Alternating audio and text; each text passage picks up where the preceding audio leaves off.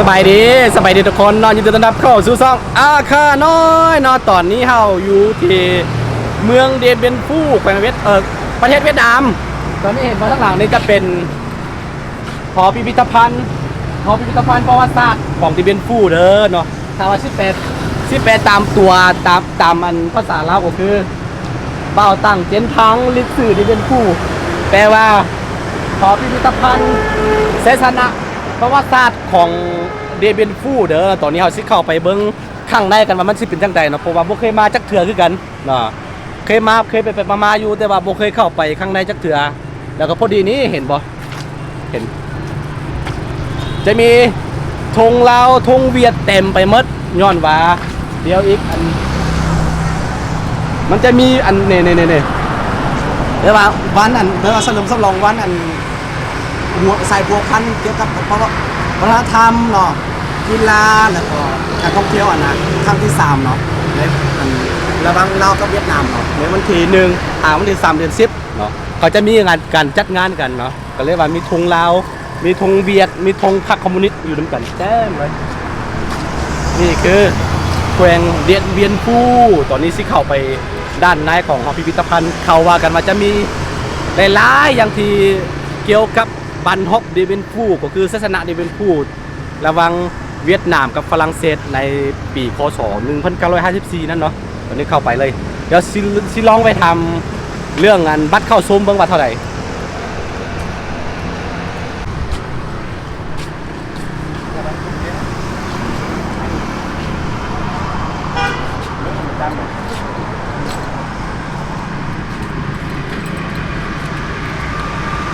ở trong có quay video cái gì được không nhỉ? Chào bạn nha. Ok.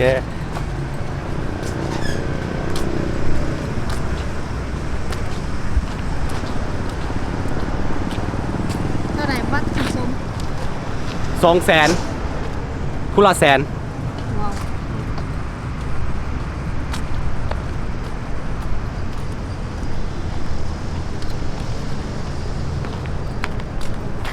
นี่เห็นบ่เบิ้งหบสูงข้างหลังอะทูนี่คือหอพิพิธภัณฑ์ศาสนะประวัติศาสตร์เดียนเบียนฟูเนาะตามที่ภาษาเวียดเขียนแล้วเขาแปลออกมาประมาณนี้200,000บ่ในใจว่าถ้าเป็นคนต่างประเทศนี่บูฮู้เท่าใดแต่ว่านี่เป็นแบบว่าตามคนเวียดนามเลยเขาบ่ได้บอกว่าเป็นคนลาวแล้วคนไม่หยังต้อง เวลาไปซื้อ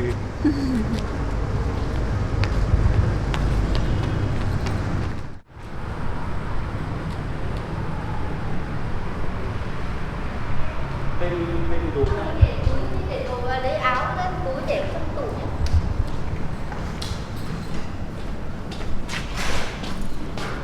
Không mày mà.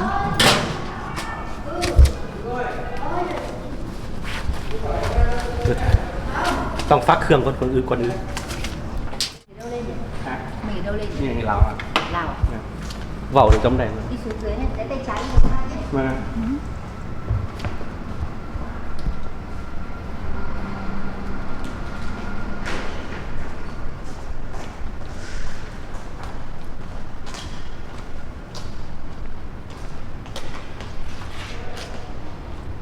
เขาอันนี้ถามว่ามาแต่ไซบอกว่ามาแต่ลาวอยู่บนนี้ชั้น2นี่มาฮอตจุดแรกที่เราได้เห็นคือรูปปั้นของประธานโฮจิมินห์เนาะเป็นประธานประเทศคนแรกแล้วก็ผู้ที่ปลดปล่อยสัตว์เวียดนามนี่คนนี้เนาะเข้ามา Chưa phật thèo. เข้ามาในนี้เขาจะเห็นรูปปั้นเนาะรูปปั้นในนี่จะเห็นเนี่ยเบิ้งรูปตัวนี้เข้าไปซูมเข้านิดนึงนี่ในรูปนี้จะเห็นทานประธานโฮจิมินห์กับอันนายพลวอเงินทรัพย์เนาะคือนายพลวอเงินทรัพย์เบิ้งขวามือนี่เด้อเบิ้งขวามือค่อยนี่เด้อผู้นี้เนาะผู้ใส่สุดขาวนี่เนาะเป็นผู้บัญชาการในการปลดปล่อยดีเบนฟูเนาะผู้นี้เนาะผู้ที่เคยกำลังเว้าถึงอยู่นี่แล้วก็ใส่มือนี่จะเป็นประธานโฮจิมินห์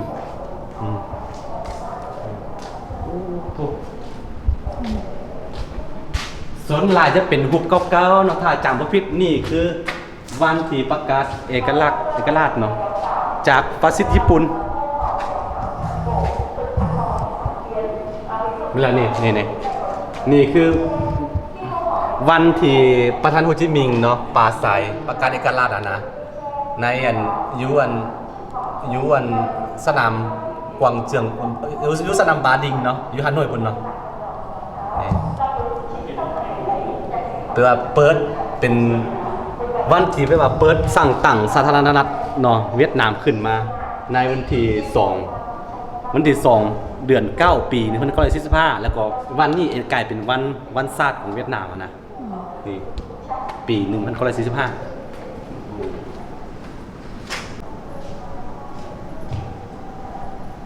นี่ในรูปปั้นนี่ตัวนี้เนาะก็กำลังเบิ้งแผนที่เนาะปรึกษากันได้กันโจมตีนะผู้แสดงนั่นจะเป็นจุติประธานโฮจิมินห์อันนี้เขาจำลองมาจากตัวผู้พาดด้วยเนาะตัวแท้ๆนี่เนี่ย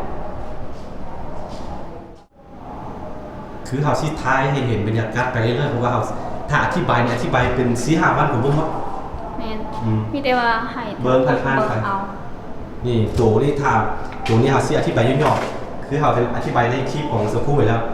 นี่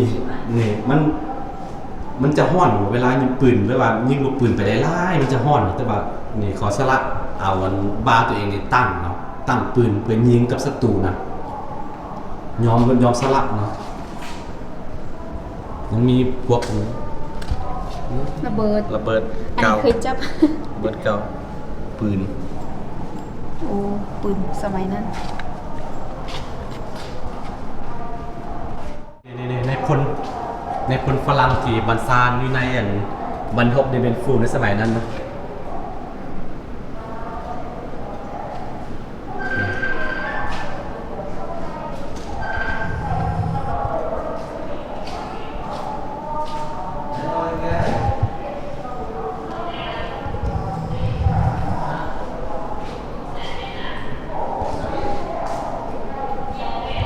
นี่เขาจำลองไอ้ตัวเอาขึ้นไปอยู่ตัวอาร์มโหมดอาร์มมักลงกับภาษาเวียดตัวอาร์มนึงกันเอาตัวนี้แหละเราเขาเอามาจำลองใส่นี่มันจะมีเล็กหนามจะนี่แบบนี้นะเล็กหนามสไตล์แบบนี้เนี่ยเจ็ดสั้นเนาะว่าสามารถเข้าไปตีได้ต้องหาวิธีกันของเวียดนามเหนือก็คือเขาเอาดึงอาวุธขึ้นไปอยู่ภูเนาะอยู่ตามภูแบบนั้นนะตามภูนี่เราก็ถล่มลงมาแล้วก็อีกเส้นทางนึงคือเขาเจาะเนาะเขาเจาะหูแต่ภูตีนภูพี่นะตีนเข่าเนาะขึ้นไปแล้วก็ไปวางระเบิดเอาระเบิดไล่ต้นเข้าไปแล้วก็ปุ้มบัดเดียวเราก็โจมตีเนาะแบบฟ้าแลบนะ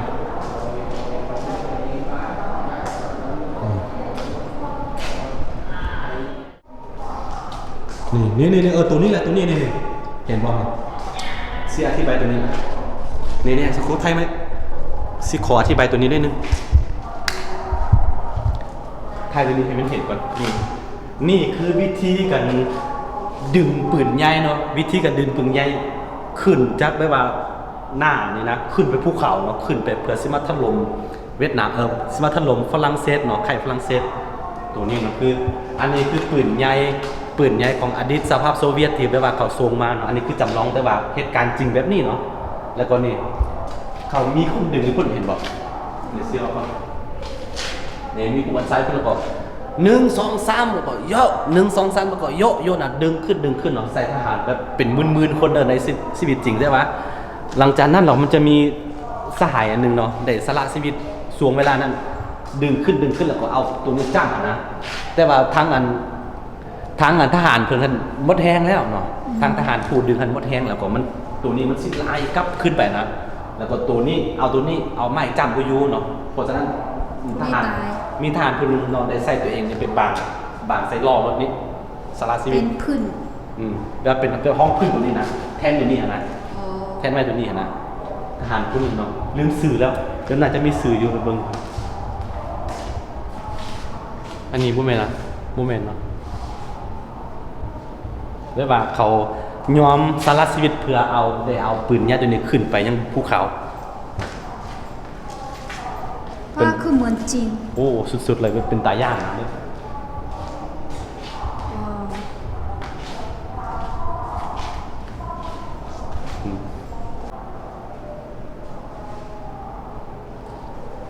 พวกเขาจินตนาการเราจะมาเห็นเอาว่าเนาะ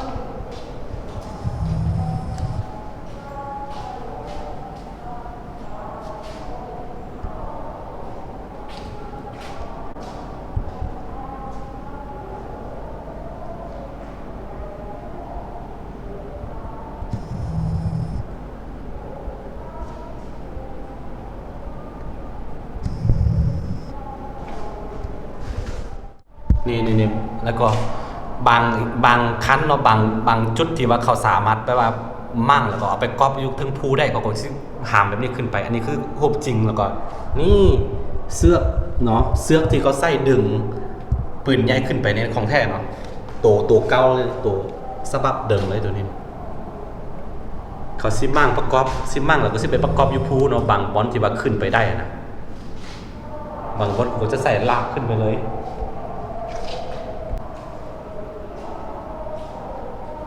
นี่คือรูปจำลองในกันไว้ว่าเจาะทางเราเจาะทางเข้าไปเพื่อสิเอารถในยังสิเอาปืนในยังขึ้นมาล้ำเลียงไปเพื่อปลดปล่อยเดียนเบียนฟู่นี้โอ้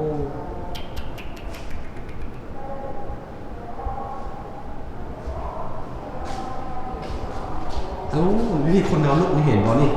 ตัวนี้ของแท้เนาะอันนี้นี่คือวิธีการล้ำเลียงอาหารเนาะข้าวสารเป็นอย่างเพื่อแบบว่าสูงให้ทางทหารนะนี่คือตัวดับตัวเก่าได้เลยนี่ในนี้จะมีชนเผ่าไทยดำเนาะเห็นบ่ไทยดำมีไทยดำไทยขาวแล้วก็มีชนเผ่ามงกำลังใส่ม่านตั้งข้าวสารตั้งเสบียงเนาะเพื่อคุณส่งไปยังให้ทหารอันนี้น่าจะเป็นชนเผ่ามงมันบอกมีมงมีไทยดำมีไทยดำมีมง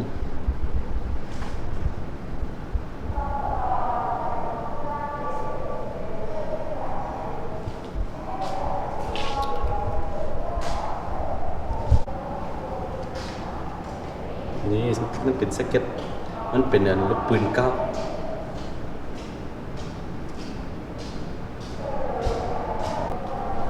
นี่คือปืนใหญ่นะปืนใหญ่ของรัสเซียในสมัยก่อนนี่คือตัวแท้ๆเลยนะทุกคนนี่ตัวนี่คือที่เขาดึงขึ้นแล้วภูเขามันมีหลายอัน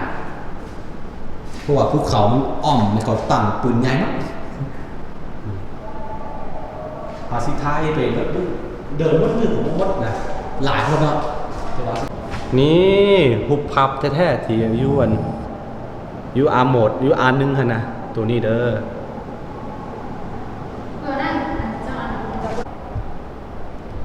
นี่คือจำลองภูR1ที่เฮาไทยไปก่อนหน้านี้แล้ววิดีโอตัวนั้นนี่เห็นบ่มันมีโคมระเบิดนี่หั่นนี่เป็นหูเป็นห้องคือแล้วก็มันมีเล็กน้ำเนี่ยเล็กลวดนะหลายๆสั้นที่ไปว่าทหารฝรั่งก็เฮ็ดไว้นี่บ่สามารถทหารเวียดนามเนี่ยบ่สามารถเข้าไปได้เนาะวิธีการซิตี้ของเขาก็คือต้องขึ้นไปภูตามนี้เนาะไปวางอันนั้นไปวางปืนใหญ่ไปวางระเบิดไปอย่างไว้แล้วก็ถล่มลงมา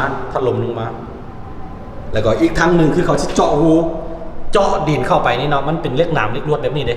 บ่สามารถเข้าไปโจมตีได้วิธีการแก้ง่ายๆก็คือเขาสิเจาะหูอยู่นี่เนาะเจาะดินนะขึ้นไปแล้วไปวางระเบิดเป็นตันเป็นต้นนะแล้วก็ระเบิดมาเดียวแล้วก็มีพักขึ้นมาจากพักพื้นแล้วมีบางกลมเนาะยิงปืนใหญ่มาแล้วก็แบบถล่มแบบฝรั่งเศสบ่ทันตั้งตัวนะนี่นั่นฝรั่งเศสอันนี้ทหารฝรั่งเศสกินเหล้าให้ฝรั่งนี่ใหญ่แล้วก็เนาะสูงนี่เครื่องมือสื่อสารหรือว่าโทรเลขในสมัยนั้นยังเขาก็ยังเก็บไว้เนาะโอ้หลายคน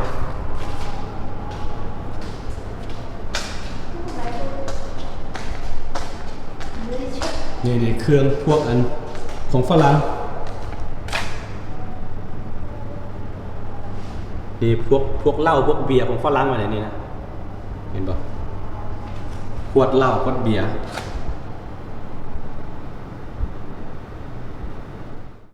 นี่คือตัวที่หนึงมันต่อเนื่องจากตัวผู้ตัวเขาเข้าไปเพื่อนกันเนาะนี่คือจำลองเนาะนี่ตัวนี้เลยเห็นภาพเลยเขาคุดขึ้นไปคุดขึ้นไปแล้วไปตีนะยูพูคุดหอกเขาขึ้นไปแบบนี้เพราะนี่เล็กลวด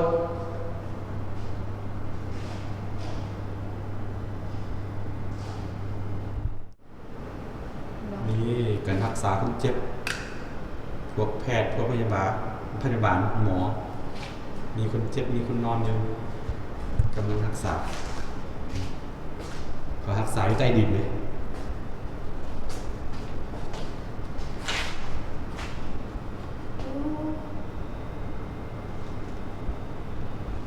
คนนักพรตีก็นี่พูตัวขึ้นไปอันนี้ก็เลยนะต้นนี่ทหารเวียดนามกำลังพักผ่อนอยู่บางคนกำลังสูบยาบางคนกำลังอ่านจดหมายบางคนยิ้มนี่ไว้ยิ้มของนหก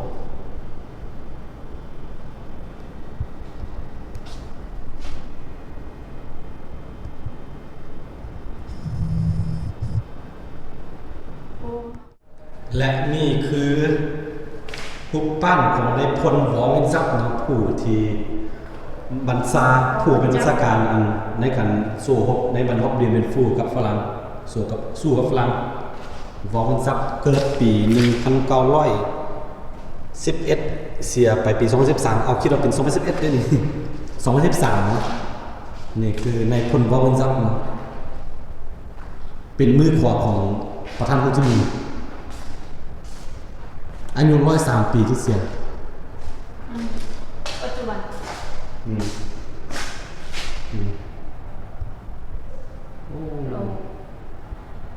จากกลายเป็นจากเนี่ยก็ จาก เอสเซอร์สงคราม มีคือสงครามนี่คือรูปภาพของอันนั้นรูปภาพของดีเวนฟูในวันนี้อันนี้คือรูปภาพบรรดาวิลชนเนาะบรรดาวิลชนที่ต่อสู้แต่ว่าพวกนี้เป็นพวกที่สละชีวิตในห้างแต่ว่าพวกที่เรียกว่าชนะแล้วจึงเสียนี่คือวิลชนโตวิ่งเซียนเนาะเกิดปี1920ผู้นี้เนาะเกิดปี1924บ้านเกิดอยู่อันนี้อยู่แทงหัวเด้ออันนี้เสียชีวิตปี1956คือผู้นี้เสียชีวิตปี1995และนี่คือจุดสุดท้ายเนาะในที่สุดของนี่ทหารเวียดนามไปโบกธงชาติแต่ว่าชนะแล้วไปโบกธงชาติเวียดนามนี่คือจำลองของท่านทัพของฝรั่งเศสมันมีหลายภูเขาแบบนี้1 2 3ทั้งหมดมี5ภูเขาแล้วก็จะล้อมด้วยแบบนี้ล้อมด้วยเหล็กหนามเหล็กลวดแบบนี้เห็นไหมนี่คือจำลองเนาะ